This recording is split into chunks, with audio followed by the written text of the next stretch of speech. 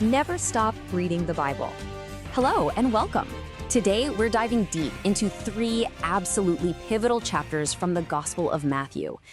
And this is really the question that kicks the whole thing off. Imagine this. You're a leader, and you're faced with these intellectual and political traps.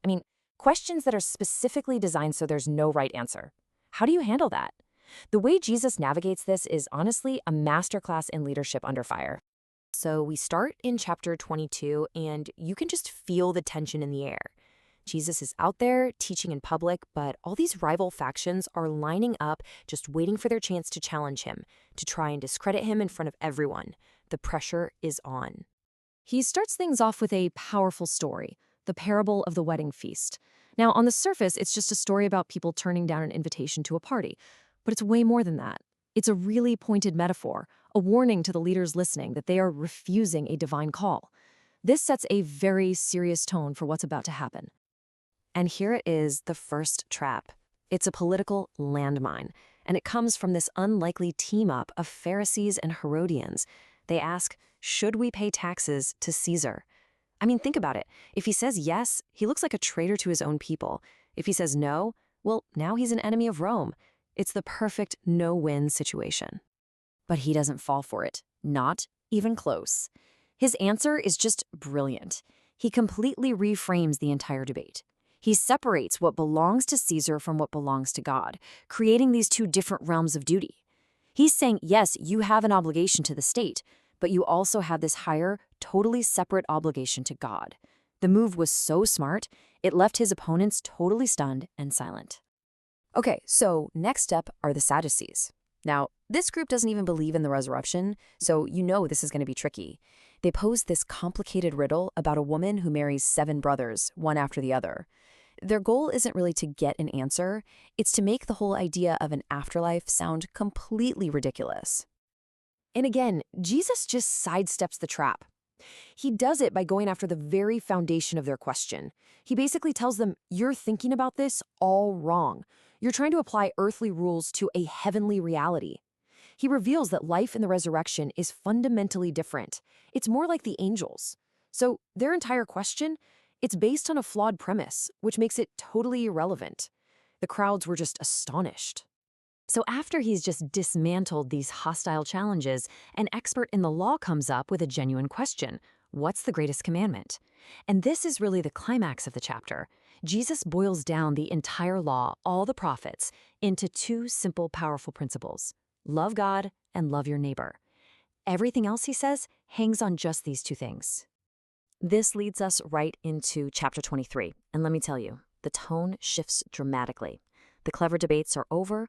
What comes next is one of the most direct, most forceful critiques you'll find in the entire gospel. The whole critique is structured around this one powerful number, 7. Jesus delivers what are now known as the 7 woes, a relentless, searing condemnation aimed right at the hypocrisy of the religious leaders. So what's at the heart of all this? It's about the massive gap between how things look on the outside and what's really happening on the inside. He calls out leaders for loading people up with rules they don't even follow themselves. They love the public praise, they obsess over tiny details of the law, but they completely ignore the things that actually matter: justice, mercy, and faith. It's a devastating takedown of spiritual phoniness. And yet, after all that fierce criticism, the tone shifts one last time. This quote shows you the deep sorrow that's underneath all the anger. It's a lament, a heartbreak for the city he so desperately wanted to protect, but who, in the end, just wasn't willing. It's this moment of profound sadness that actually closes out his public ministry. From that very public moment of sorrow, the setting suddenly becomes private. Jesus leaves the temple, and his disciples pull him aside to ask about the future. This brings us to chapter 24, where we pivot from public debate to a private prophecy about the signs of the end times. And what he lays out is a sequence of signs that point to a period of incredible turmoil. He talks about false prophets, widespread deception, wars, famines, earthquakes. He even describes this chilling breakdown of society, where love grows cold. But all of these things, he warns, are just the birth pains. They're the signs that come before the final event, his visible return. But then he delivers the most crucial point of the entire prophecy.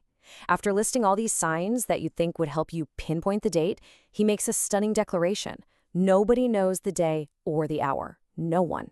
The exact timing is a mystery, and only the Father knows it. So the core message isn't about predicting the future. It's about being ready for it, no matter when it comes. So after all that, after moving from public debate to these harsh warnings, and then to this incredible glimpse of the future, what's the central thread here? What's the core message that ties all three of these chapters together? It really boils down to three powerful lessons. From chapter 22, we learn that true wisdom is so much more powerful than just provocation. It doesn't fall into traps, it reframes the whole conversation. From chapter 23, we see that sincerity is the absolute foundation of real authority. Without it, leadership is just hollow. And finally, from chapter 24, the message is clear. When you're facing an uncertain future, the only rational response is to be prepared. And that leaves us with a final thought, doesn't it? These chapters raise huge questions about leadership, integrity, and being ready that are just as relevant today as they were then. In our own age of constant public debate and scrutiny, this text really challenges us to ask, what is the true measure of sincere leadership right now? Thanks so much for joining us for this breakdown. This explainer was produced by the Center Studio.